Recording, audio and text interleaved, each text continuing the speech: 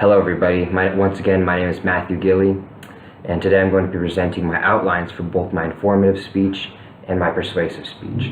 So first, for the informative speech, the topic I'm going to be talking about is pediatric medicine. The general purpose is to inform, and the specific purpose is to inform my audience about the world of pediatric medicine, its day-to-day responsibilities, its earning potential, and its platform for spreading the gospel and reaching people all around the world. My thesis for this is, if you have a desire to meet the physical needs of children, a problem-solving mind, and an interest in one of God's most intricate designs, the human body, then pediatric medicine might be a career for you. So the reason I picked this career is because this is the career that I'm going to be pursuing in my life, and through this project I want to kind of share some of the reasons that I want to be a medical doctor, and that's things like my desire to do work overseas and how much that can help people.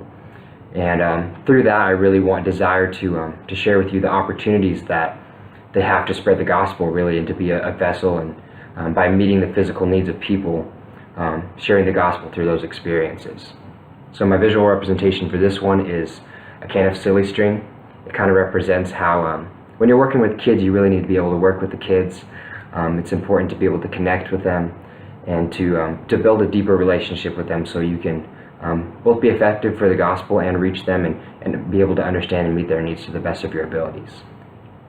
So for my persuasive speech, the topic I'm going to be talking about is the importance of a loving father in the home. So the general purpose is to persuade, and the specific purpose is to persuade my audience that the presence of a loving father in the home will lower poverty rates and crime rates in the United States. Kind of a bold statement right there. My thesis for this is, poverty and crime in America are two huge problems that can be dealt with in large part by challenging men to provide for and love their families. The reason I chose this one is because I think it's such a really pressing issue in our culture today, and that's the fact that the poverty and crime rates are really high. And something I've seen in the work that I do with inner city ministries and with children downtown, that there's communities where the fathers are completely absent. The community that I go to in downtown Lynchburg, I would say that probably 90% of the homes don't have fathers, and this is government-assisted living.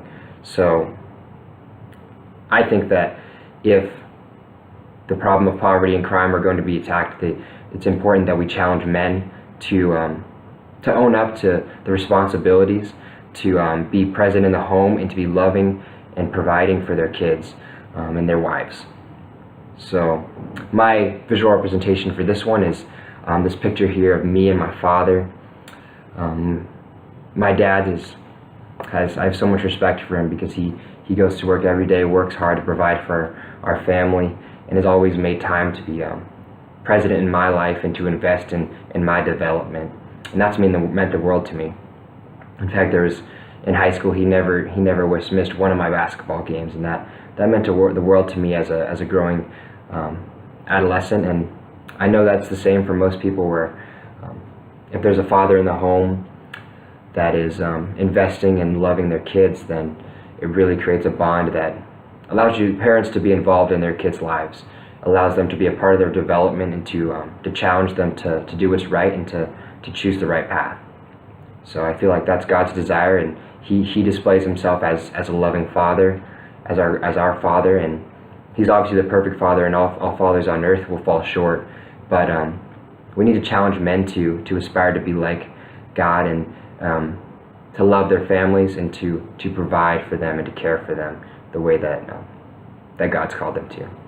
Thank you for listening. Thank you for your time. Have a great evening, everybody. Thanks.